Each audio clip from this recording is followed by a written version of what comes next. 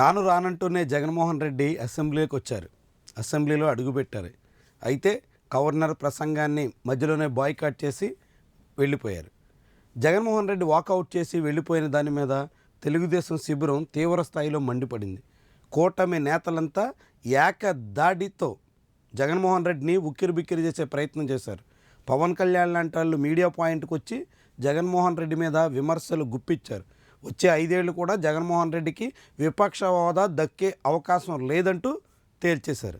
అయితే ఇప్పుడు ఒక ఆసక్తికరమైన చర్చ ఏంటంటే, జగన్మోహన్ రెడ్డి ఈరోజు అసెంబ్లీకి ఎందుకు హాజరయ్యారు, ఆయన ఏం ఆశించారు, ఎందుకని రేపటి నుంచి మళ్ళీ సమావేశాలు బాయ్కాట్ చేయాలని నిర్ణయం తీసుకున్నారు. ఇది ఒక ఆసక్తికరమైనటువంటి వ్యవహారం.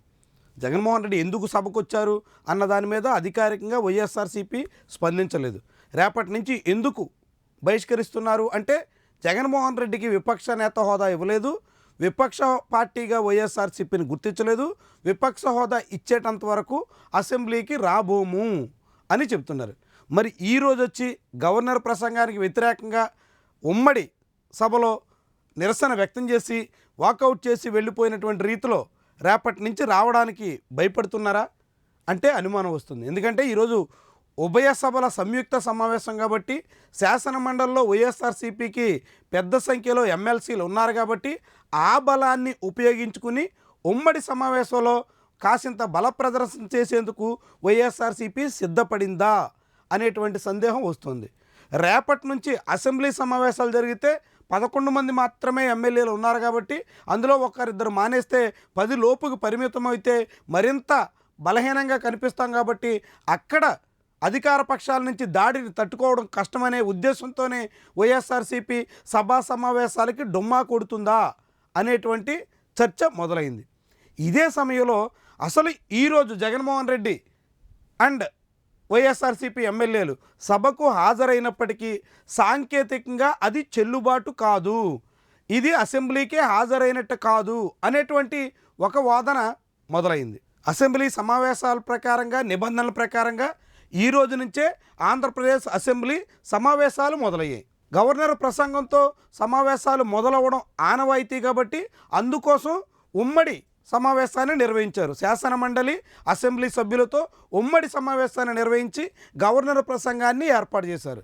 ఇది ఆనవాయితీ ప్రకారంగా జరిగినటువంటి ప్రక్రియ తప్ప నిబంధనల ప్రకారంగా ఈ రోజుతోనే అసెంబ్లీ ప్రారంభమైనట్టు. అసెంబ్లీ సమావేశాలు మార్చి 24వ తారీఖు నుంచే మొదలవుతున్నట్టు గెజిట్ కూడా ఇచ్చారు. అంటే గెజిట్ ప్రకారంగా ఆంధ్రప్రదేశ్ అసెంబ్లీ సమావేశాలు ప్రారంభమయ్యాయి. అసెంబ్లీకి వైఎస్ఆర్సీపీ ఎమ్మెల్యేలు ఈరోజు హాజరైనట్టు రిజిస్టర్లో సంతకం కూడా చేశారు. తద్వారా ఈరోజు సిట్టింగ్ ఛార్జ్ సహా అనేక రకాల ప్రయోజనాలు వైఎస్ఆర్సీపీ ఎమ్మెల్యేలకు కూడా దక్కుతాయి.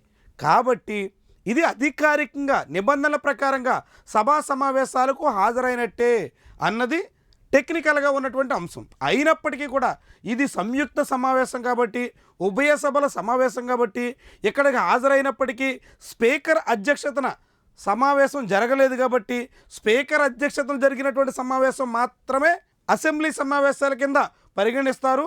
అక్కడికి హాజరైతేనే అటెండెన్స్ ఉంటుంది, అది మాత్రమే నిబంధనల ప్రకారంగా వర్తిస్తుంది అంటూ ఒక కొత్త వాదనని తెర మీదకు తీసుకొచ్చారు. కానీ నిబంధనల ప్రకారంగా అసెంబ్లీ అయినా పార్లమెంట్ అయినా ఒక్కసారి సభ్యుడు రిజిస్టర్లో సంతకం చేసి సభలో అడుగు పెడితే సభా సమావేశాలకు హాజరైనట్టే.